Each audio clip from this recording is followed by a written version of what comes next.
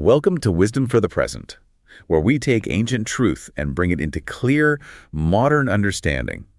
This episode uses AI-generated narration based on human-researched and written material. Thank you. It's great to be here for this one. Yeah, I'm really looking forward to it.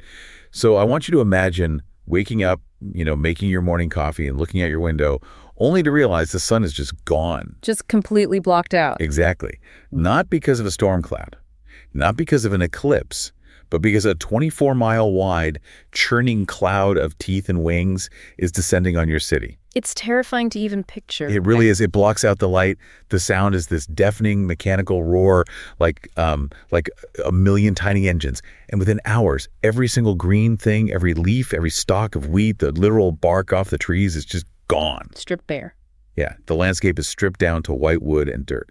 Your entire economy, your food supply, the absolute foundation of your society is devoured before lunchtime. It is a level of sudden, absolute devastation that, frankly, most of us in the modern world cannot even begin to compute. I mean, we are so insulated by global supply chains and technological safety nets that the idea of a completely inescapable total system collapse, well, it feels like science fiction. Right, like a movie. Exactly. But for the ancient world, and specifically for the audience of the text we are diving into today, this wasn't fiction. It was an apocalyptic reality. And that terrifying reality is exactly where we are setting our anchor today. We are taking an immersive, exhaustive, deep dive into the biblical book of Joel. It's a heavy one, but so rich. It is. And to do this, we aren't just skimming the surface here. We are pulling from the World English Bible text, and we are layering that heavily with two of the most comprehensive classic commentaries in biblical scholarship. So we're bringing in Albert Barnes and Matthew Henry. Both of whom are just essential for unpacking this. Well, absolutely. And our mission here is to act as your thoughtful guides. We want to help you extract the practical wisdom, the profound moral insight, and the real-world life application from a text that deals with unimaginable catastrophe, but ultimately profound restoration. Because the book of Joel isn't just an ancient agricultural incident report, It is a masterclass in human psychology, in resilience, and spiritual reckoning. We are going to synthesize this brutal ancient history with timeless truths about what happens when the illusions of control we all build our lives upon are abruptly shattered. Right. Because, usually when we talk about stability today, we talk about architecture. We talk about engineering our lives. Really a fortress, basically. You build a solid foundation, you diversify your portfolio, you get the right insurance policies, and you point to it and say, there it is, I am secure. And then the locusts show up. Exactly. Yeah. Joel takes a sledgehammer to that entire concept. So let's establish the ground zero of this text. Who exactly is Joel? What do we actually know about the man writing this? Well, what's fascinating here is, and it's actually quite intentional, as Albert Barnes notes in his commentary, is how little we're given. I mean, the text introduces him simply as Joel, the son of Pethuel. And that's it. That is it. He is completely silent about his extraction, his tribe, his broader family lineage. He even leaves the exact historical era he lived in to be guessed at by scholars. He just drops into history like a ghost. There's no date stamp, no, in the 5th year of King whoever. Right. Which is highly unusual for prophetic literature. Right. Usually they're very specific about the geopolitical climate they're writing in. It is very unusual, and Barnes points out that this omission is entirely by design. Joel willed simply to be the voice which uttered the word. He was content to be known only as an instrument. But, even in the names he does provide, there is a profound message. What do the names mean? The name Joel translates to the Lord is God, and his father's name, Pethuel, translates to persuaded of God. Oh, wow. So the very identities of the author and his father are embodying the core truth of the message he's about to deliver. Precisely. And by removing himself from a specific pinpointed historical timeline, the reader forces you, right now, listening to this, to focus entirely on the event he is describing, rather than getting bogged down in the political trivia of a specific ancient king's court. It makes it timeless. Exactly. This historical obscurity makes the text universally applicable. Okay, let's unpack this. Let's get into the event itself, because the way he describes this locust invasion is cinematic in its horror. It is not just a swarm.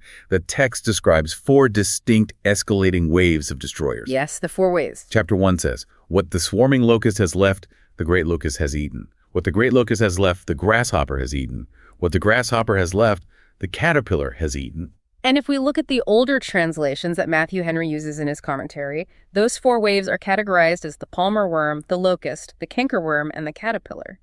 We really have to pause and deeply realize the scale of this. It's massive. Right. In the opening of the book, Joel tells the elders to ask around, basically saying, has anything like this ever happened in your days or the days of your fathers? Matthew Henry emphasizes this heavily. It is a judgment with no precedent in human memory. But wait, I want to push back on the literalness of this for a second. Let's actually debate this. Okay, sure. Biologically speaking, bugs don't organize into tactical, multi-species military units. You don't have palmer worms doing the vanguard attack, followed by the heavy infantry of the great locusts. I mean, isn't it dangerous for commentators to treat poetic hyperbole as historical fact? That is a very fair critique of how some people read ancient literature, but Barnes addresses this nuance beautifully. He notes that while actual locusts were absolutely the immediate historical scourge, the proverbial dress of the language, these 4 successive named waves, well, it's a poetic device. So he's intentionally using poetry to make a point. Yes, to fix the people's attention on a deeper truth about the nature of the destruction. In nature, a locust swarm is almost always one species. But here, the prophet foretells a succession of destroyers, each more fatal than the preceding. He is using the known terror of a locust swarm and heightening it to defy the natural order. So the poetry is serving the psychology of the event. Exactly. It's an escalating wave. What one disaster leaves behind, the next consumes. The text isn't a biology textbook. It's an attempt to capture the feeling of relentless, cascading failure. Cascading failure. That makes perfect sense, especially to a modern audience, because think about how fragility works in our complex world today. It's never just one isolated thing going wrong. It's a cascading crisis. Like dominoes falling. Exactly. It's a sudden failure in a global microchip supply chain, which halts automotive and tech manufacturing, which triggers massive corporate layoffs, which leads to a localized collapse in the housing market, which then overwhelms the social safety nets. It's an escalating wave where what one disaster leaves behind, the next consumes. The caterpillar eats what the palmer worm left. If the market crash doesn't wipe out your stability, the subsequent hyperinflation does. That is an incredibly apt analogy for what Joel is describing. It is the realization that human strength and systemic defenses are entirely inadequate when the foundational systems of life are targeted. They just crumble. Yeah. Matthew Henry makes a brilliant observation about the nature of the locust itself. Individually, these creatures are completely despicable. A human being could crush one with their foot without a second thought. Just a bug. Right. But when they come in vast, coordinated numbers, they become an unstoppable force of nature. Joel describes them like a military force. He says they are a nation with the teeth of a lion, running like horsemen, climbing walls, and entering windows like thieves. They don't break ranks. They march perfectly indifferent to human defenses. It's terrifying. If they fall upon a sword, they aren't wounded. They just keep coming. The historical accounts that the commentaries pull from are staggering. They reference real historical swarms in places like South Africa, specifically the Sea Cow River incident, where the rivers were literally filled with the dead carcasses of the locusts that drowned trying to eat the water weeds. Oh, my goodness. To the point where the water itself was scarcely visible and became toxic. They describe swarms covering the earth for 24 miles, blocking out the sun, leaving not a single green herb. And this leads to what you called earlier a total system collapse. It's not just the farmers who are out of a job. No, the entire society grinds to a halt. The agricultural economy is decimated, yes, but then the religious system collapses because the grain and the wine required for the daily meat and drink offerings in the temple are completely cut off. So even their connection to God feels severed. Exactly. The social fabric is dismantled. When the food stops, the commerce stops. When commerce stops, the social order fractures. Which brings us to a profound pivot in how we interpret this text. Because this historical crisis was so absolute, so thoroughly devastating, later thinkers and scholars began to look at these locusts not just as literal bugs, or even as metaphors for invading human armies. Right. They took it a step further. They began to see them as metaphors for the things that devour our inner lives. Yeah. And this is where I want to spend some serious time, because we need to translate this into 21st century realities. And we absolutely should, because Albert Barnes introduces a breathtaking moral interpretation from ancient scholars regarding these 4 waves. He suggests that the palmer worm, the locust, the cankerworm, and the caterpillar represent 4 chief passions or vices that desolate the human heart in a very specific psychological succession. Okay, let's walk through this carefully. Let's really explain the how and the why of this, not just list them out. What is the first devourer? The first is the palmer worm. In the ancient understanding, the palmer worm is a creature that creeps. Its whole body is in contact with the ground. Barnes says this represents base lust, or foundational earthly desires. It is the lowest, most primal level of consumption.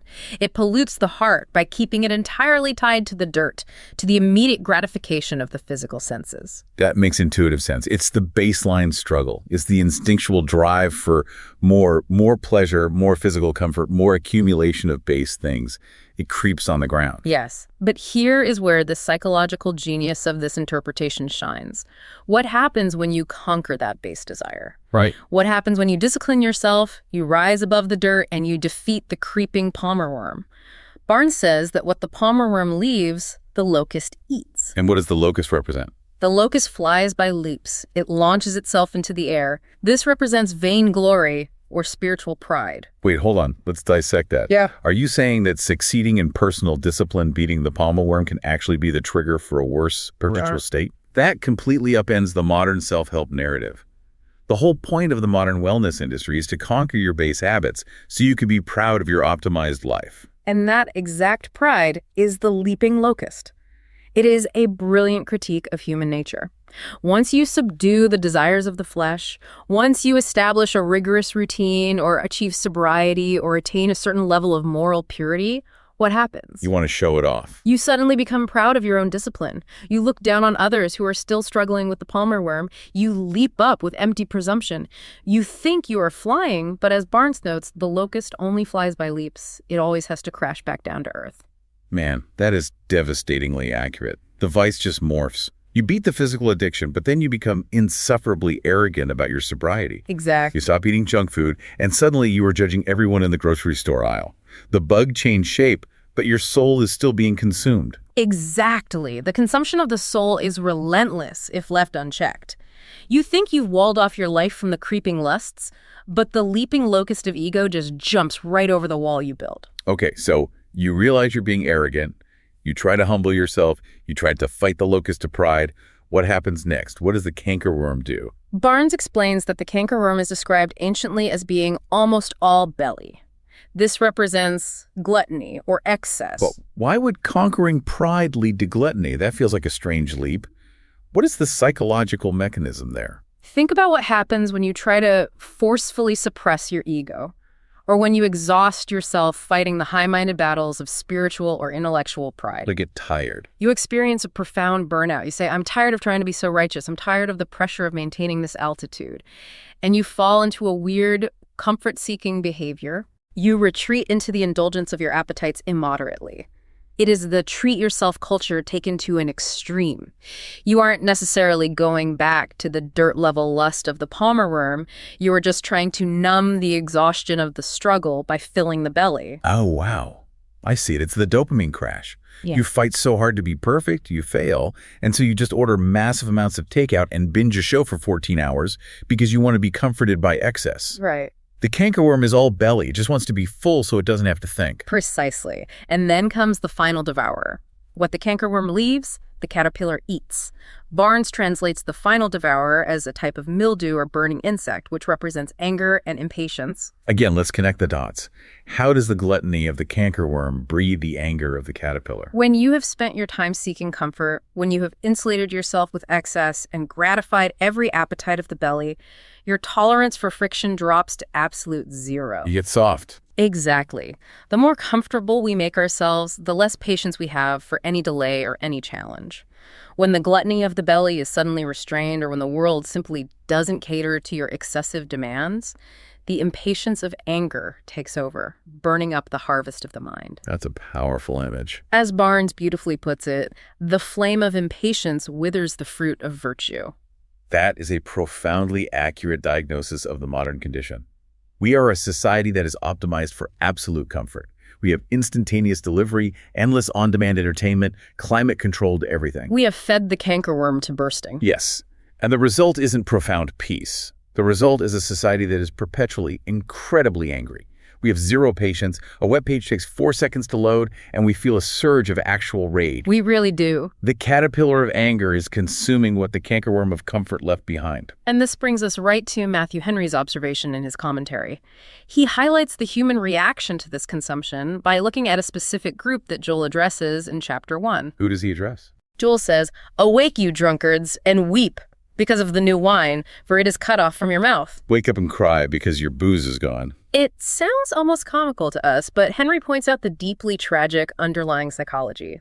When we place our ultimate happiness and our stability in the gratification of our senses, we are completely devastated when those creature comforts are removed. We fall apart. All sin, Henry argues, stultifies the sinner like a spiritual drunkenness. The passions inebriate the soul. So what is the catastrophe doing? God, or the universe, is arousing those who will be aroused by forcibly withdrawing the very pleasures that are numbing them. Let's elevate this analogy for the listener today, because the wine of the 21st century is vastly more complex than just alcohol.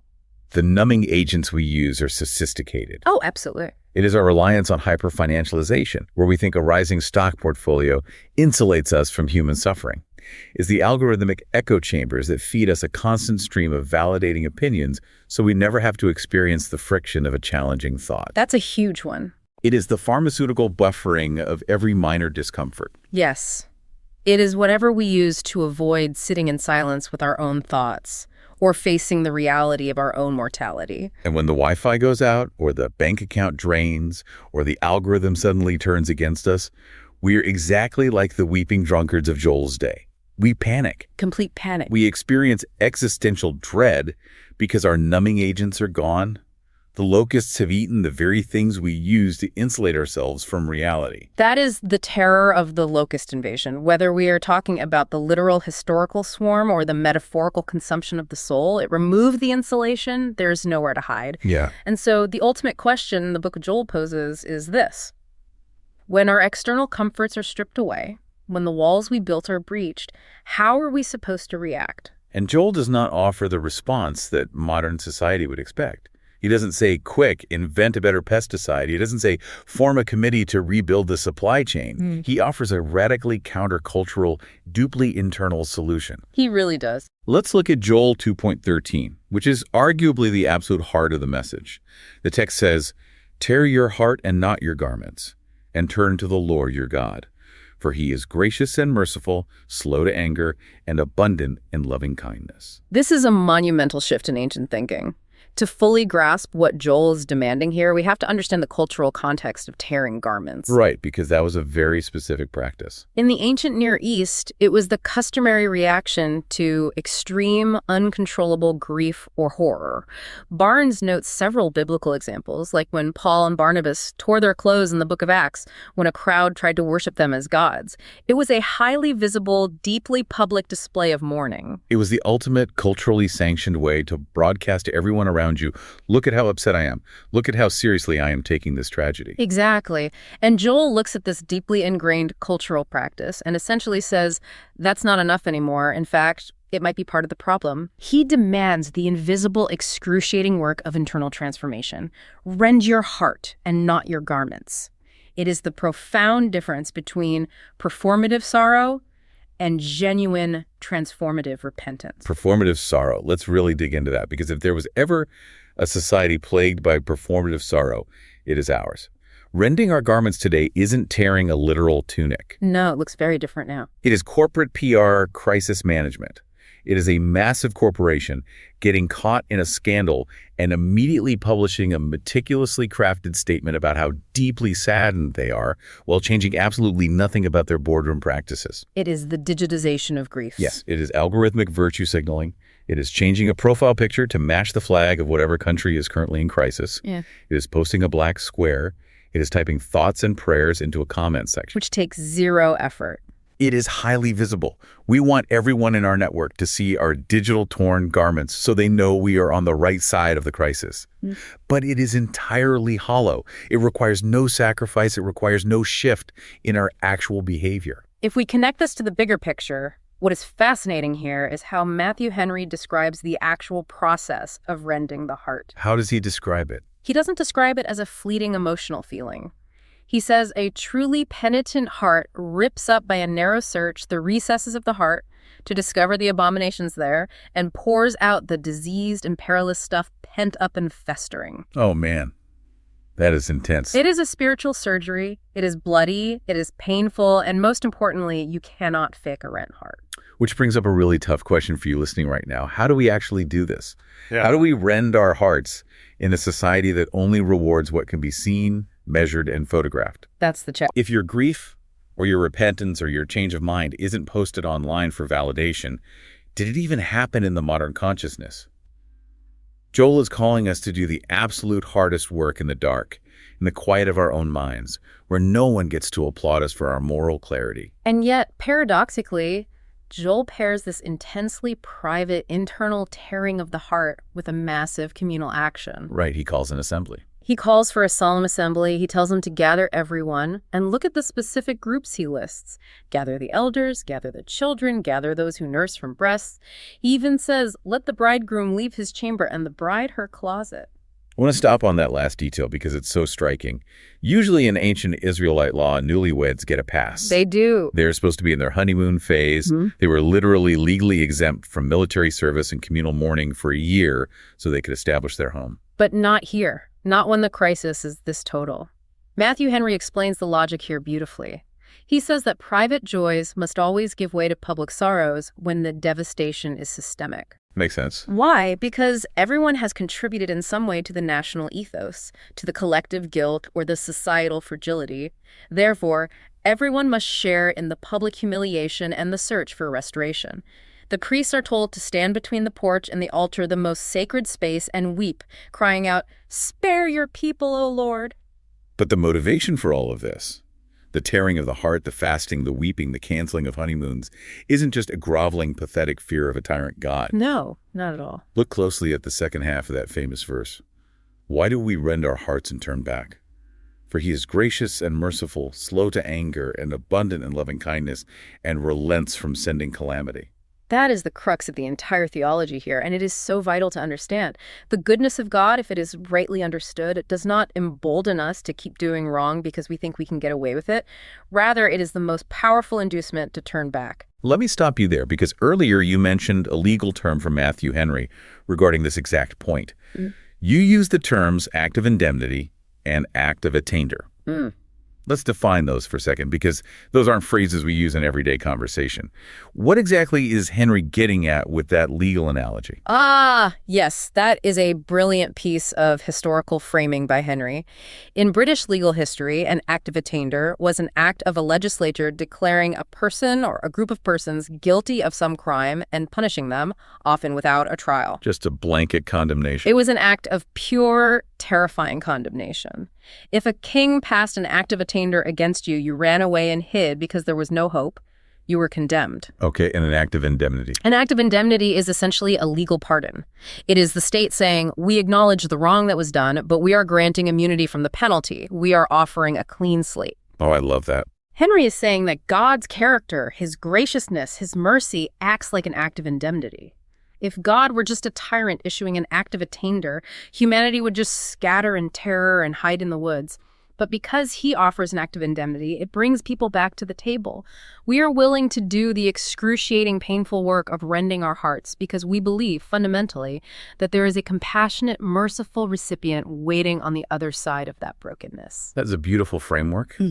But, and this is a massive but that we have to confront, while the call to internal reflection and the promise of mercy are comforting, Joel surrounds it with some deeply, deeply terrifying imagery. He certainly does. We cannot gloss over this, which brings us to the profound obstacles to growth in this text. Because Joel isn't just writing a therapeutic self-help manual about feeling bad and then feeling better. He is warning of an ultimate, unavoidable reckoning. Yes, he is pointing toward the day of the Lord. This phrase echoes like a drumbeat throughout the entire book. It is described as a day of darkness and gloominess, a day of clouds and thick darkness. It sounds apocalyptic again. It is.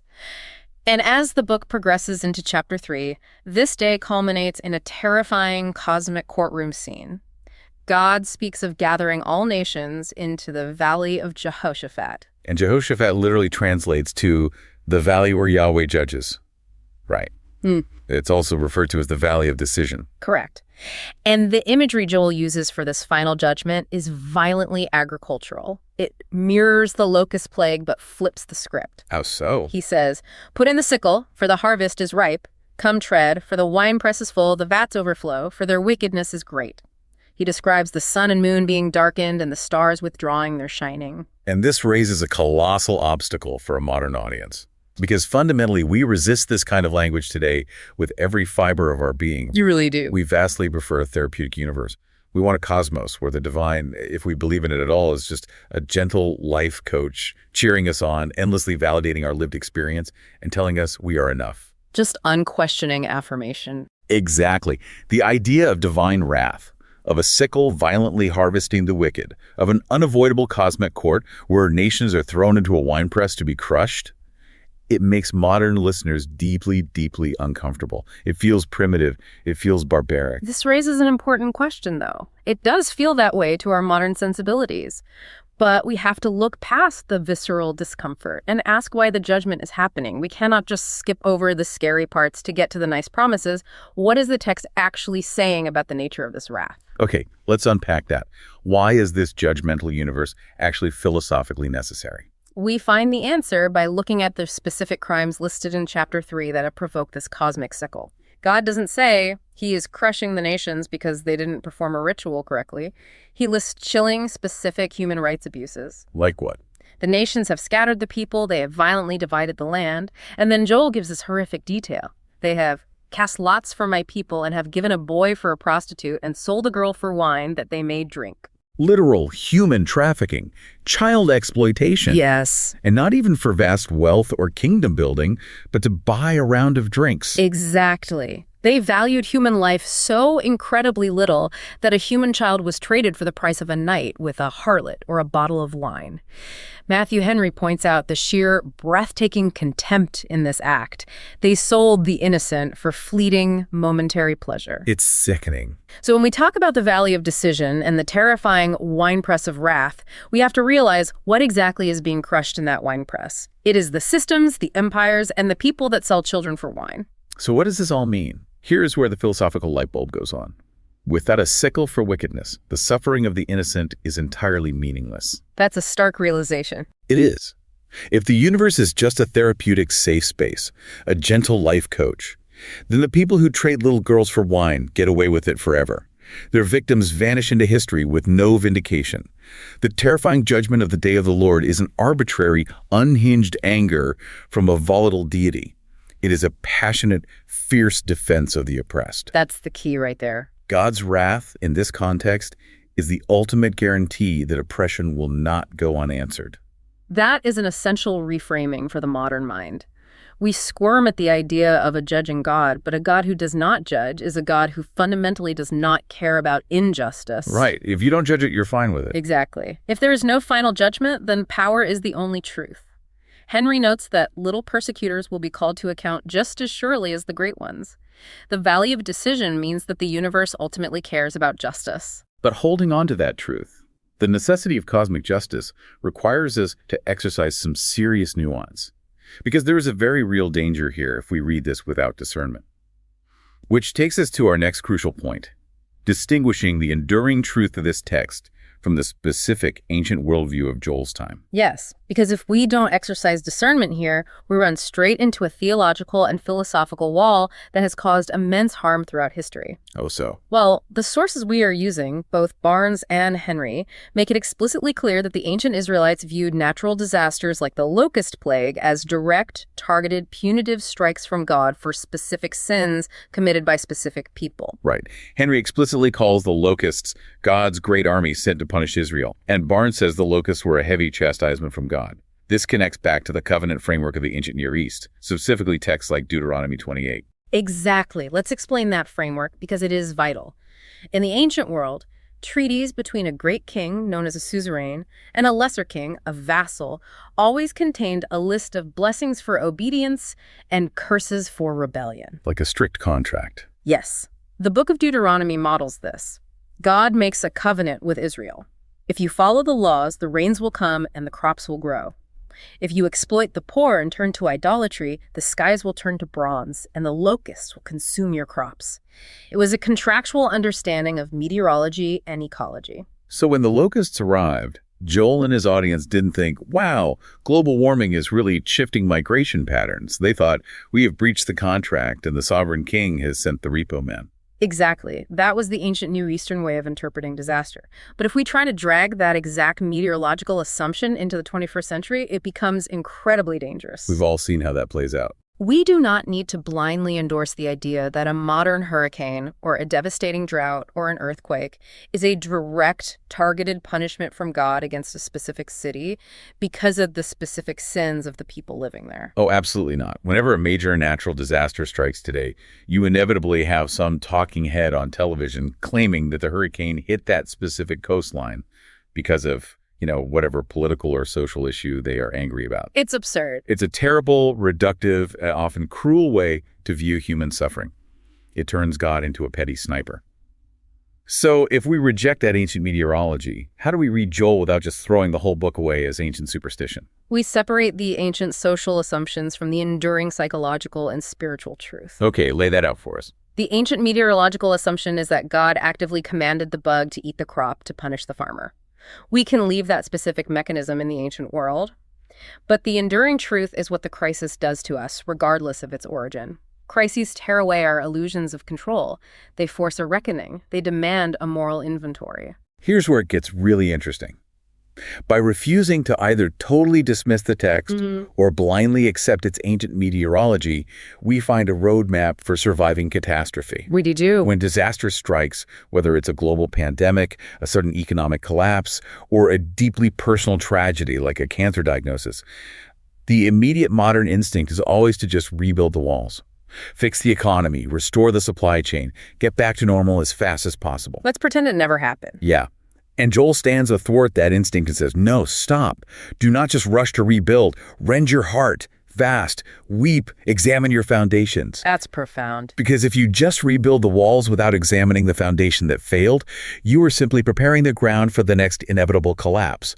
The crisis, whatever caused it, is an opportunity for profound moral clarity, provided you don't waste the pain by just trying to numb it with new wine. And speaking of ecology and disaster, there is a fascinating comparative insight in Chapter 1 that we have to touch on. Because this ancient worldview didn't just link human morality to natural disasters, it intimately linked the suffering of humans to the suffering of the earth itself. The text actually talks about the environment mourning, right? It does. Yeah. The ecological awareness in a text that is over 2.5 millennia old is staggering. In Chapter 1, the prophet doesn't just mourn for the farmers who lost their income or the priests who lost their offerings. He mourns for the animals. What does he say? He writes, "How the animals groan. The herds of livestock are perplexed because they have no pasture. The water brooks have dried up and the fire has devoured the pastures." Matthew Henry has a really poignant, almost cutting note on this. He points out that the beasts cry to God by their natural instinct. They pant for the water that isn't there. Their eyes look up. And Henry argues that this natural instinct of the animals actually shames the humans, who are so stupidly focused on their material economic losses that they refuse to look up and cry out to their creator. The animals know they are dependent. The humans are still pretending they are in control. It's a profound vision of interconnectedness. And this isn't entirely unique to ancient Israel, which is what makes it a universal human truth. If we look across broad human wisdom traditions, whether it's the indigenous philosophies of the Americas that view the earth as a living relative, or Eastern traditions like Taoism that emphasize the balance of the Tao, we see this recurring theme. Humanity and nature are inextricably linked. Everything is connected. Exactly. When the human moral compass breaks, the land itself mourns. The internal decay and the external environment are tied together. Think about how that plays out through a 21st century lens. It perfectly mirrors our most acute modern anxieties about environmental stewardship. Go back to those internal locusts that Barnes talked about, the palmer worm of lust, the cankerworm of gluttony, the drive for excess. Right. When we allow those internal vices to run unchecked, they eventually manifest as external environmental devastation. We consume relentlessly internally, and so we overconsume the earth externally until the literal water brooks dry up and the pastures are devoured by fire. The micro becomes the macro. And Joel places the groan of the perplexed cattle right alongside the weeping of the high priests. It is a universal, unified cry of creation. Okay, so we have traversed a massive amount of dark territory. We have the absolute devastation of the locusts. We have the relentless consumption of the soul by our passions. We have the grueling call to rend our hearts. We have the terrifying reality of ultimate cosmic justice and the groaning of the earth itself. It's a heavy journey. It is. If we accept all of this and we actually do the hard, painful work of internal transformation, what happens next? Does the book just end in ashes? It does not. And this brings us to the practical application and the ultimate promise of the text. Because Joel ends with one of the most famous, radical, and beautiful promises in all of ancient literature. God promises a total, staggering reversal of the catastrophe. Let's read it. I will restore to you the years that the swarming locust has eaten. I get chills just reading that line out loud. It's powerful. I will restore to you the years. It's so poetic and so deeply resonant for anyone who has ever felt like they have lost time. It is arguably one of the most comforting lines in Scripture, but we have to understand the mechanics of what it actually means. As Matthew Henry notes, God does not offer time travel. Right. He doesn't literally turn the clock back so the years unhappen. You cannot get your 20s back. What it means is that God makes up the damage. He restores the fruit of those years. The text says the threshing floors will be full of wheat again. The vats will overflow with wine and oil. The abundance will be so great that it eclipses the memory of the famine. But the material restoration, the wheat and the wine, is really just the setup for the true miracle of the book. The ultimate promise, the climax of Joel's vision, is found in Joel 2.28. The outpouring. Yes, it will happen afterward, that I will pour out my spirit on all flesh, and your sons and your daughters will prophesy. Your old men will dream dreams. Your young men will see visions. And also on the servants and on the handmaids in those days, I will pour out my spirit. We cannot possibly overstate how radical, how sociologically disruptive this text was in its original ancient context. We read it today and think, oh, how nice, everyone gets the Spirit. But in the ancient world, direct access to the divine revelation, prophecy, the indwelling of the Spirit was strictly, fiercely guarded. It was reserved exclusively for the elite. Absolutely. You had to be a king or the high priest going into the Holy of Holies once a year, or one of a tiny handful of isolated prophets living in the desert. The idea that the spirit of the creator of the cosmos would be poured out indiscriminately on all flesh was unthinkable. It was scandalous. Look at the categories Joel systematically dismantles. Gender, sons and daughters, age, old men and young men, and most shockingly, the absolute bottom of the social hierarchy, servants and handmaids. That is the line that must have made the ancient scholars gasp. Oh, I'm sure it did. Matthew Henry points out that Jewish scholars of the time firmly believed that prophecy could not reside on a poor man, or a man in sorrow, or anyone outside the educated elite. But Joel shatters the gatekeeping of wisdom. He envisions a world where a servant girl sweeping the floor has the exact same direct, unmediated access to divine insight and profound vision as the high priest in the temple. It is the ultimate democratization of wisdom. And think about how much we still need that today. We might not have an ancient temple system, but we absolutely still gatekeep wisdom. Oh, we definitely. We defer entirely to people with the right Ivy League degrees, or the right institutional backing, or the right blue check marks next to their names. We assume the spirit of insight only rests on the credentialed elite. And Joel says no. The ultimate reality bypasses all human hierarchy. The outpouring isn't a trickle for the VIPs, it's a flood for everyone. But there is a sequence here that we cannot ignore. The outpouring of the Spirit comes after the devastation of the locusts and after the rending of the heart. The pain of the past actually becomes the required foundation for this future abundance. The devastation wasn't just a random waste of time, it prepared the ground. And that sequence is where we find our practical application for today. So here is a specific practice, a deep reflection for you, the listener, to take into your week. I want you to identify one specific locust-eaten area of your life. We all have them. We all have years where the harvest completely failed. Yes, we do. Maybe it's a wasted year you spent in a toxic career that drained your soul. Maybe it's a failed relationship that consumed your energy and left you feeling stripped bare. Yeah. Maybe it's a terrifying period of addiction or a season of deep, paralyzing grief where it felt like the palmer worm and the cankerworm just methodically consumed everything green and hopeful in your life. Now, the natural instinct is to look at that lost time with deep bitterness or to just repress it and pretend it didn't happen. It's easier to ignore it. But I want you to reflect on how you can view that devastated time as compost. Compost is a brilliant way to frame it. Think about what compost is. It is dead, rotting matter. It is the waste. It is the stuff that has been broken down and destroyed. But it is also, scientifically, the most intensely fertile soil on the planet. Right. It's what feeds the new growth. How is the very thing that consumed your past actively fertilizing your current wisdom? How has the painful loss of your specific creature comforts prepared you to actually dream dreams and see visions with a clarity you never could have possessed when you were comfortable? That is the true alchemy of grace that Joel is pointing toward. The locusts strip away the superficial layers. They eat the bark off the trees. They consume our false pride, our gluttony, our reliance on the numbing wine. They expose everything. But they leave the indestructible bedrock of the soul. And it is only on that newly exposed bedrock that the spirit can finally be poured out. As the old saying goes, if your heart is never broken, it can never be truly rent. And if it is never rent, it can never be filled. Which brings us to a final provocative thought for you to mull over as you go about your day. We spend so much of our energy, so much of our lives, frantically trying to build impenetrable walls to keep the locusts out. We really do exhaust ourselves doing that. We buy the insurance, we chase the status, we optimize our diets, we numb ourselves with the 21st century digital wine, all in a desperate attempt to avoid the pain of loss. But what if the locusts that strip away our superficial comforts and our false pride are actually the very agents that force us to discover our indestructible core? Wow.